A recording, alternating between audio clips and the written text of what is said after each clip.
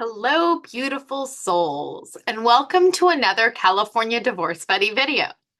This time we're getting knee deep in energy. You see, your energy matters a lot. That is why we key into it in coaching. It has everything to do with your divorce and child custody case and can make or break things. So let's just get started. Maybe you've heard about energy before, maybe you haven't. So, what am I talking about when I am talking to you about energy? So, we'll start with vibration. Okay, that's part of energy.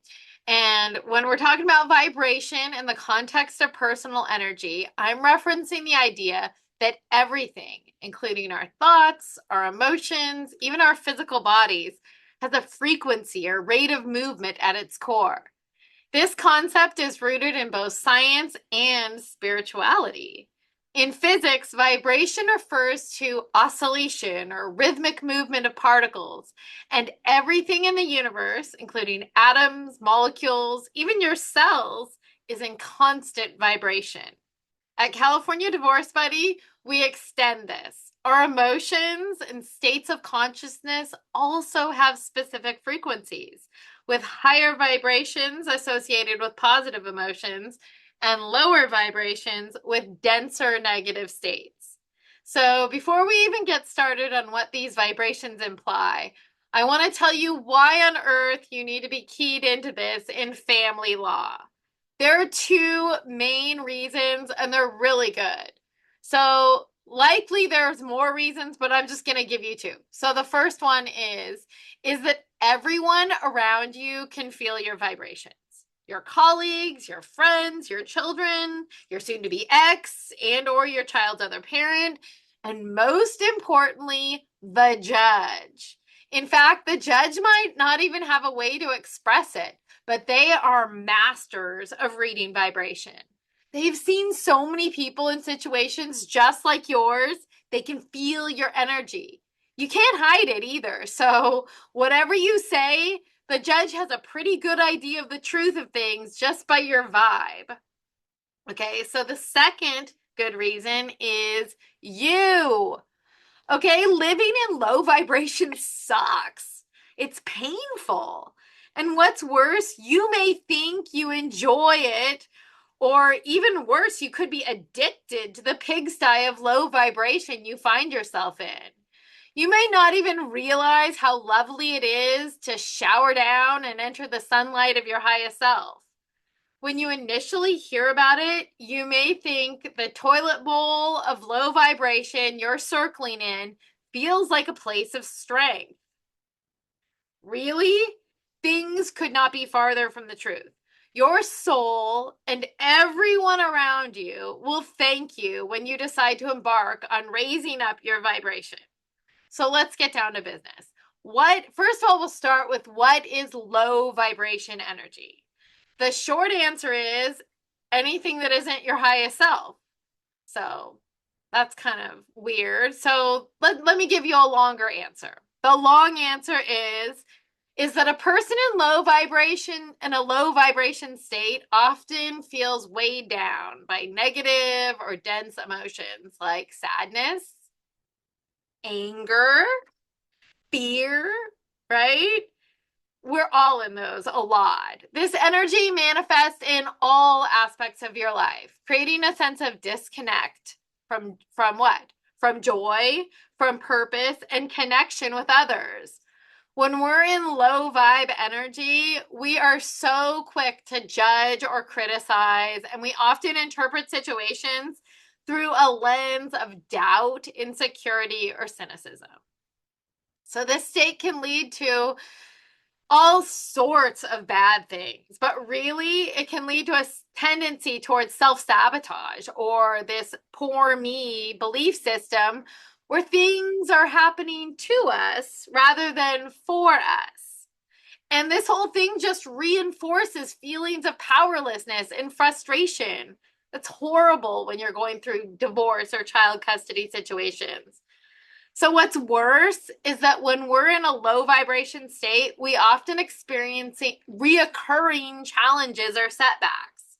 Okay, so our focus and our energy are absorbed by limiting beliefs or old patterns that hinder growth.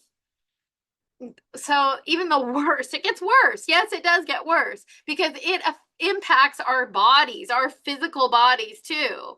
Physically, we might feel fatigued or anxious or have low energy. Our relationships, they also reflect this vibration. So often you'll feel drained or fraught with conflict because low vibration affects our ability to fully empathize and engage. We become isolated, our own inner up and down and turbulence.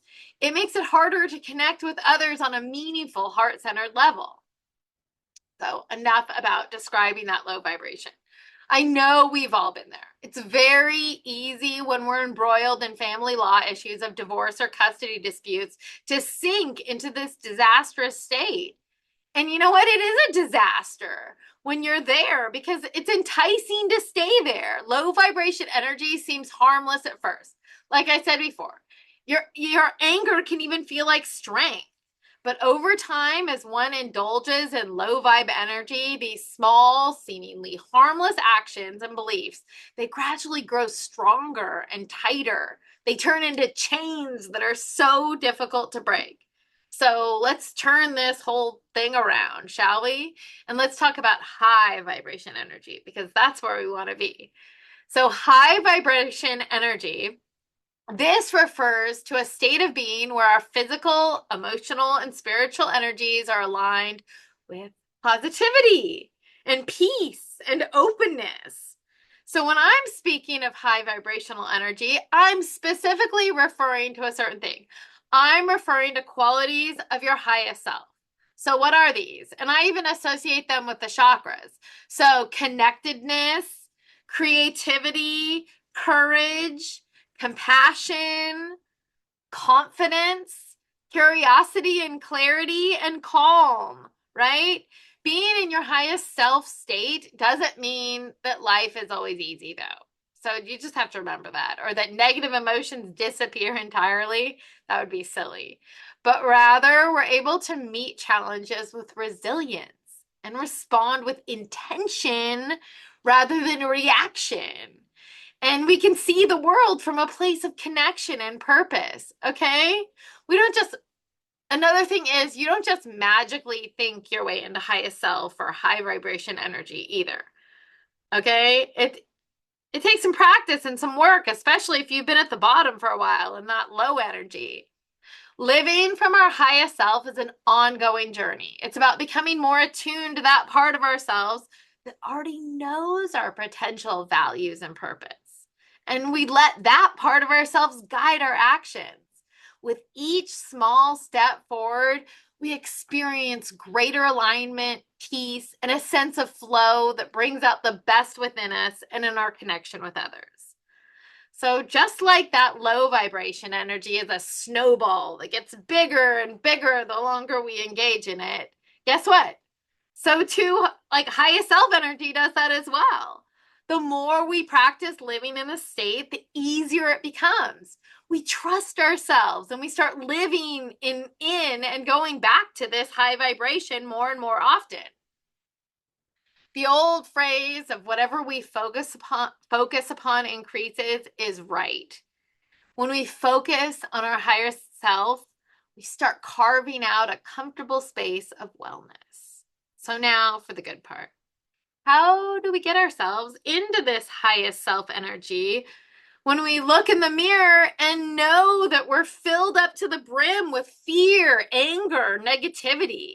And it's so easy to feel that way when you're involved in divorce and child custody. Well, first of all, I want to validate that your feelings of fear and anger and negativity, those feelings are real. And a lot of the time, they're understandable. So I want to validate you. They just aren't good for you. I also want to validate that sometimes it takes an act of grace to pick us up out of the hole we find ourselves in. So here, I've got some suggestions. And my suggestion is to start slow and easy. So I have 5 starters that should help you start getting into this state of highest self energy. So the first one is and it's more of a statement about highest self energy, is to remember that this is an individual deal. No matter how easy it is to sink into blame, nobody put you in this state and nobody can rescue you. You heard me right. I'm going to say it again, okay? Because it's so easy to look outward and say, they made me fearful. Their actions did this. They did this. So let me repeat this. Nobody put you into this state and nobody can rescue you. It's a solo job. Even to feel connected, okay? So even feeling connected. So you like this, it seems like you're feeling connected with another person, right?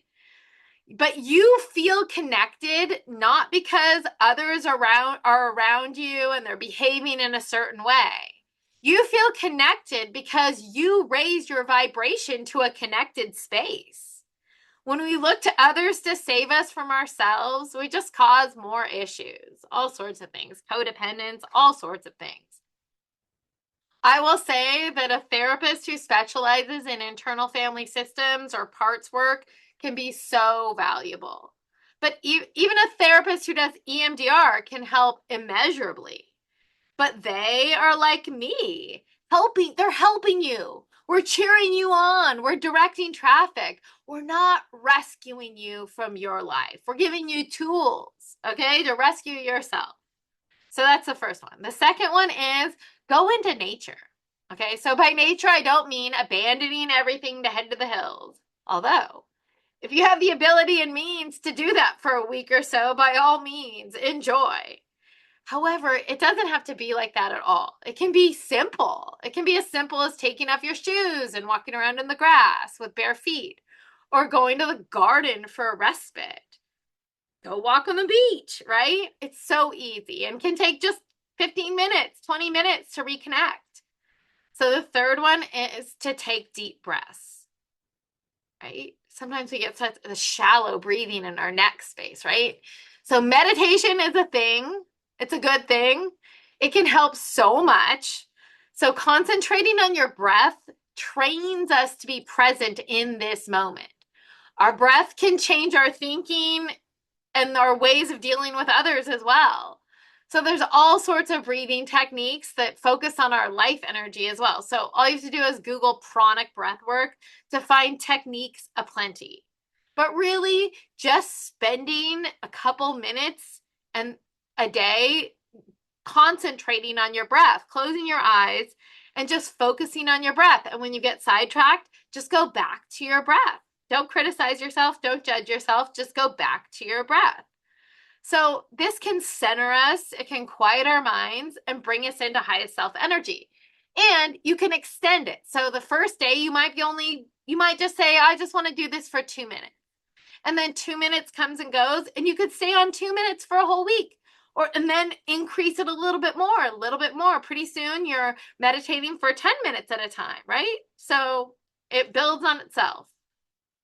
And I promise you'll want to continue doing it because you will see how well it works and what an impact it has in your life. So, number 4, another method, and this method I recently brought into my own toolbox, is journaling. So, get the low vibe out. So some of these other things that I told you, they're methods that focus on redirecting energy, right?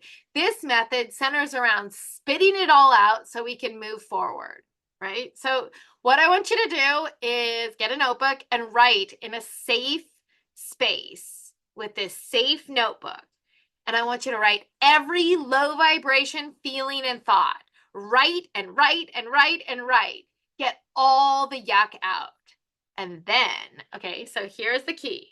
Then I want you to go back to that sitting meditation just for a few minutes and sit in silence. Concentrate on your breath. Get in touch with all that's around you, right? You'll probably feel better just from vomiting out all this garbage. And then return to your notebook for a moment, prepared for the solution and highest self energy, and see where that takes you. See what kind of writing comes out after you've spit it all out, sat for a moment, and then come back. So finally, the fifth one is to do an activity that changes your mind. So what are those kind of activities? Okay, it's different for everybody. It's going to be different for you. It's different for me. For some, it could be exercise. So, for example, that's not me. If I'm running, you better look behind me because I'm likely being chased by a bear. Okay, so for me, I get into creativity. That's another one. Whatever that one activity that makes you feel better is, do that for a set time. And get off the idiot box, your phone, your TV, get off social media and really engage in an activity. Be present in it. Like Nike tells us, just do it, okay? So to wrap up this video, beautiful souls, remember, your energy is everything. It's the foundation of how you show up, how others perceive you, and most importantly, how you feel. Your highest self isn't some distant ideal. It's a part of you, ready to guide you whenever you're ready to tap into it. Take small steps each day to raise your vibration. Practice self-awareness and embrace those moments of growth, even when they feel challenging.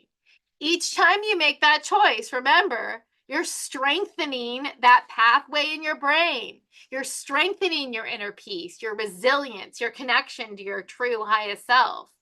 So here's your takeaway. Trust the journey. Be gentle with yourself, beautiful souls, and keep choosing to live in that higher energy. You deserve it, and everyone around you will feel it, especially in these times of transformation. Thank you for spending this time with me. Don't forget to like, subscribe, and share if you found this helpful. Until next time, stay connected, stay empowered, and keep elevating.